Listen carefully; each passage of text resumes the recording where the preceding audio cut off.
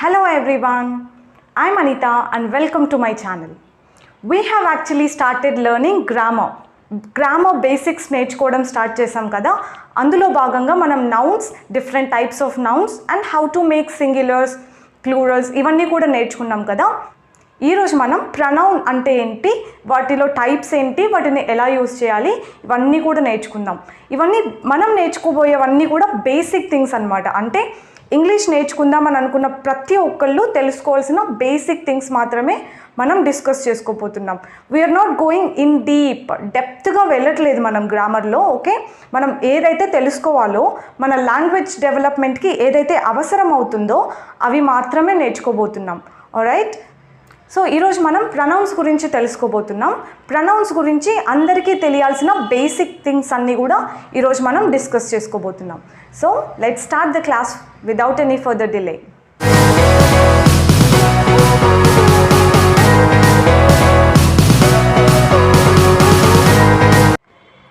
So ఏంటి pronoun అంటే? Pronoun is actually used instead of nouns to avoid repetition. అంటే ఏంటంటే మనం ప్రొనౌన్ని నౌన్కి బదులుగా యూజ్ చేస్తామన్నమాట. లైక్ ఫర్ ఎగ్జాంపుల్, గౌతమ్ అన్న ఒక అబ్బాయి ఉన్నాడు. గౌతమ్ రోజు స్కూల్కి వెళ్తాడు. గౌతమ్ బాగా చదువుకుంటాడు. గౌతమ్ హోంవర్క్ కరెక్ట్గా రాస్తాడు. Say Gautam Gautam Gautam. We don't have to say the name all the time కదా. ప్రతిసారి ఆ నేమ్ని వాడకుండా మనం ఒక్కసారి నేమ్ని యూజ్ చేసి తర్వాత అంతా మనం ఏం పెట్టొచ్చు, అతను అని పెట్టొచ్చు కదా. తెలుగులో అతనుని, ఇంగ్లీష్లో హీ అంటాం. సో అలా నేమ్ని రీప్లేస్ చేసేది ప్రొనౌన్. ఓకేనా? We have actually 7 pronouns. I, you, we, they, he, she, it. So flow ఇలాగే గుర్తుపెట్టుకోండి. ఇదే చాలా ఈజీగా ఉంటుంది. ఏంటది? I, we, you, they, he, she, it. వీటిని ప్రొనౌన్స్ అంటాం. వీటిని ఎలా యూజ్ చేయాలి సెంటెన్సెస్లో ఈరోజు మనం నేర్చుకుందాం. ఆల్రైట్, సో ప్రొనౌన్స్లో మనకు ఫస్ట్ వచ్చేది పర్సనల్ ప్రొనౌన్ అనేసి అంటాం అనమాట. ఏంటి పర్సనల్ ప్రొనౌన్ అని అంటే, పర్సన్స్ గురించి తెలిపే ప్రొనౌన్ని పర్సనల్ ప్రొనౌన్ అంటాం. మనకి first person, second person, third person అని ఉన్నాయి ఇంగ్లీష్లో. అవన్నీ ఏంటి అని చాలా కన్ఫ్యూజ్ అవుతూ ఉంటారు. If you can just listen to the class carefully, you can understand. కేర్ఫుల్గా క్లాస్ అబ్జర్వ్ చేస్తూ వినండి, చాలా ఈజీగా అర్థమవుతుంది. ఓకే, ఫస్ట్ పర్సన్ అంటే ఏంటి అని అంటే స్పీకర్. ఓకే, మాట్లాడే వాళ్ళని ఫస్ట్ పర్సన్ అని అంటాం. ఓకే, సెకండ్ పర్సన్ అంటే ఏంటంటే వినేవాళ్ళు, లిసనర్స్. ఎవరైతే వింటూ ఉంటారో మనం మాట్లాడితే వాళ్ళని సెకండ్ పర్సన్ అని అంటారు. మరి థర్డ్ పర్సన్ అంటే ఏంటి? థర్డ్ పర్సన్ అంటే ఎవరి గురించి అయితే మనం మాట్లాడతామో వాళ్ళని థర్డ్ పర్సన్ అని అంటాం. ఇప్పుడు ఇందాక నేను మీతో గౌతమ్ గురించి చెప్పాను. సో నేను ఫస్ట్ పర్సన్, మీరు సెకండ్ పర్సన్. ఎవరి గురించి మాట్లాడాను? గౌతమ్ గురించి మాట్లాడాను. So Gautam will be third person అనమాట. So first person, second person, third person అంటే అర్థమైంది కదా. ఫస్ట్ పర్సన్ అంటే మాట్లాడేవాళ్ళు, సెకండ్ పర్సన్ అంటే వినేవాళ్ళు, థర్డ్ పర్సన్ అంటే ఎవరి గురించి అయితే మాట్లాడతామో వాళ్ళు థర్డ్ పర్సన్ అవుతారు. ఓకే, మనకి సింగులర్స్, ప్లూరల్స్ అని నౌన్స్ అప్పుడు నేర్చుకున్నాం కదా. అలాగే first person, second person, third పర్సన్లో కూడా సింగులర్, ప్లూరల్ ఉంటాయన్నమాట. ఓకే, ఫస్ట్ పర్సన్ అంటే నేను, నేను అంటే ఐ, సింగులర్. అలా కాకుండా ఒక్కొక్కసారి నేను మేము అని చెప్పాను అనుకోండి, మేము అంటే ప్లూరల్ కదా. సో హ్యావ్ టు సే వి. వి అంటే ఇక్కడ 2 మీనింగ్స్ ఉన్నాయి, జాగ్రత్తగా అబ్జర్వ్ చేయండి. వి అంటే మేము అన్న మీనింగ్ వస్తుంది, మనము అన్న మీనింగ్ కూడా వస్తుంది.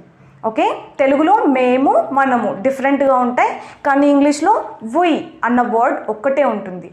Okay, we is a pronoun for both of them. ఏంటేంటి? మేము, మనము రెండింటికి మనం వి అనే యూస్ చేస్తాం. So singular, plural. మేము అంటే మోర్ దాన్ 1 పర్సనే కదా, సో ప్లూరల్ అవుతుంది. ఫస్ట్ పర్సన్ ప్లూరల్ అవుతుంది వి, ఫస్ట్ పర్సన్ సింగులర్ అవుతుంది ఐ. ఓకే, సెకండ్ పర్సన్ అంటే మీరు, మీరు అంటే యు, యు. సో సింగులర్ అయినా యూనే, ప్లూరల్ అయినా యూనే. తెలుగులో మనకు ఆ డిఫరెన్స్ ఉంది.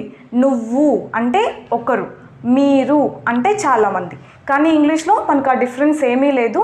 నువ్వు అనన్నా యూనే, మీరు అని చెప్పాలన్నా యూనే. సో యు అంటే సింగులర్కి, ప్లూరల్కి రెండిటికి యూస్ చేస్తాం. ఓకే, థర్డ్ పర్సన్ అంటే ఏం చెప్పాను, ఎవరి గురించి అయితే మాట్లాడతామో వాళ్ళు థర్డ్ పర్సన్ అవుతారు అని చెప్పాను. థర్డ్ పర్సన్ సింగులర్లో షీ, హీ, ఇట్ వస్తాయి. సింగులర్ షీ అంటే ఒకరే, హీ అంటే అతను ఒకరే, ఇట్ అంటే అది లేకపోతే ఇది ఒకటే. ప్లూరల్ దే అంటే వాళ్ళు. ఓకే, అర్థమైంది కదా? First person, second person, third person, singular, plural. Next we will see another type of pronouns. Okay, మనం పర్సనల్ ప్రొనౌన్స్ని 2 రకాలుగా చెప్పుకుంటాము. అవేంటంటే సబ్జెక్ట్ ప్రొనౌన్, ఆబ్జెక్ట్ ప్రొనౌన్. వీటిని సబ్జెక్ట్ కేస్, ఆబ్జెక్ట్ కేస్ అని అంటాం. నేమ్ ఏదైనా సరే వాటి యూసేజ్ మనకు చాలా ఇంపార్టెంట్. ఓకే, ఇవి నేర్చుకున్నాం కదా, వీటి మీనింగ్స్ నేర్చుకున్నాం కదా. సబ్జెక్ట్ ప్రొనౌన్స్ తోటే ఎప్పుడు కూడా మనం సెంటెన్స్ని స్టార్ట్ చేయాల్సి ఉంటుంది. లైక్ ఫర్ ఎగ్జాంపుల్, రేపు నేను తిరుపతి వెళ్తాను అని చెప్పాలంటే tomorrow I will go to Tirupati అని చెప్తూ ఉంటాం. ఎందుకంటే మనం తెలుగు టు ఇంగ్లీష్ ట్రాన్స్లేట్ చేస్తాం అనమాట. తెలుగులో ఎప్పుడు కూడా రేపు, ఎల్లుండి అనేది ఫస్ట్ మాట్లాడి తర్వాత సెంటెన్స్ మాట్లాడతాం. మనం ఏం చేస్తామంటే ఇంగ్లీష్లో కూడా అలాగే చేస్తాం. We should say I will go to Tirupati tomorrow. So ఐతో సెంటెన్స్ని స్టార్ట్ చేయాలన్నమాట. ఎప్పుడు కూడా మనం ఒక సెంటెన్స్ని సబ్జెక్ట్ ప్రొనౌన్స్ తోటి మాత్రమే స్టార్ట్ చేయాలి. అండ్ ఆబ్జెక్ట్ ప్రొనౌన్స్ ఎప్పుడు కూడా ఎండ్ ఆఫ్ ద సెంటెన్స్ వస్తాయి. ఐ అంటే నేను అని అర్థం కదా. I becomes me in the object pronouns. వీటికి మీనింగ్స్ ఎలా చేంజ్ అవుతాయో జాగ్రత్తగా అబ్జర్వ్ చేయండి. మీ అంటే ఏంటంటే నన్ను, నాకు, నాతో అన్న 3 మీనింగ్స్ వస్తాయి. ఆబ్జెక్ట్ ప్రొనౌన్స్ అన్నిటికీ కూడా నన్ను, నాకు, నాతో అన్న 3 మీనింగ్స్ వస్తాయి. Let's see some examples. Talk to me అన్నాను అనుకోండి, నాతో మాట్లాడు అని అర్థం కదా. నాతో మాట్లాడు. టెల్ మీ అంటే ఏంటి, నాకు చెప్పు కదా. టెల్ మీ అంటే నాకు చెప్పు. ఆస్క్ మీ అంటే నన్ను అడుగు. See, we are just using me in every sentence. కానీ మీనింగ్ ఎలా చేంజ్ అవుతుందో చూసారా? టాక్ టు మీ అంటే నాతో మాట్లాడు, టెల్ మీ అంటే నాకు చెప్పు, ఆస్క్ మీ అంటే నన్ను అడుగు. వర్డ్ ఒక్కటే కానీ 3 మీనింగ్స్ ఇస్తుంది తెలుగులో. ఇది బాగా అబ్జర్వ్ చేయండి. ఓకే, మనం ప్రతి ప్రొనౌన్కి, ప్రతి ఆబ్జెక్ట్ ప్రొనౌన్కి కూడా ఇలానే మీనింగ్ చేంజ్ చేస్తాం. నిన్ను, నీకు, నీతో, మనల్ని, మనకి, మనతో, వాళ్ళని, వాళ్ళకి, వాళ్ళతో, అతన్ని, అతనికి, అతనితో, ఆమెని, ఆమెకి, ఆమెతో, దాన్ని, దీన్ని, దీనికి, దీనితో అని చెప్పడానికి ఈ ప్రొనౌన్స్ని యూస్ చేస్తాం. Did you understand something? మనకు ప్రొనౌన్ ఒక్కటే ఉన్నా కూడా it gives us different meanings. Come with me అంటే ఏంటి, నాతో పాటు రా.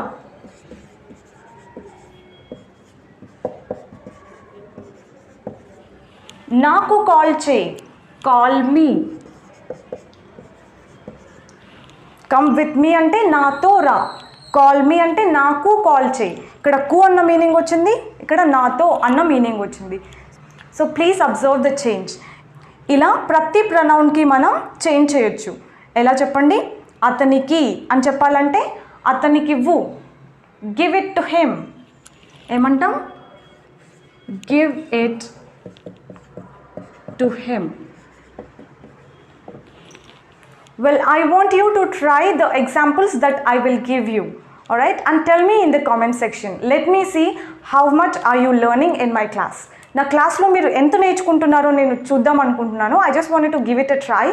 So ఈ క్వశ్చన్స్కి ఆన్సర్ కామెంట్ సెక్షన్లో ఇవ్వండి.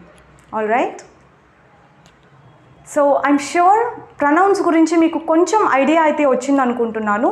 And we have a lot to learn with pronouns. అవన్నిటిని మనం మన నెక్స్ట్ క్లాస్లో నేర్చుకోబోతున్నాం.